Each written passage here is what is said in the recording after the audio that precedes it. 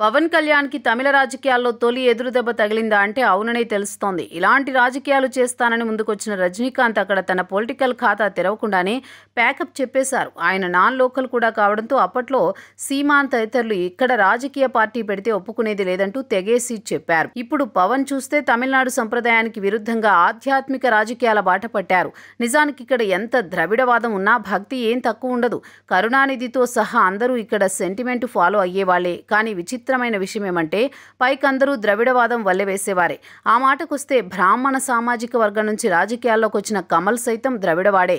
అలా అయితేనే ఇక్కడ నెగ్గుకు రాగలం. ఈ విషయం తెలియకుండా పవన్ ఇక్కడ తనదైన సనాతన్ మార్క్ పాలిటిక్స్ ప్లే చేస్తానంటే కుదరని పని అంటున్నారు తమిళులు. అందుకే సత్యరాజ్ నుంచి ఫస్ట్ వార్నింగ్ వచ్చింది. ఇది తర్వాతి రోజుల్లో చాలా ముద్రపోతోంది. దానికి తోడు వచ్చే తమిళనాడు అసెంబ్లీ ఎన్నికల్లో పవన్ ఎక్కడా బీజేపీ నుంచి ప్రచారం చేసేలా కనిపిస్తోంది.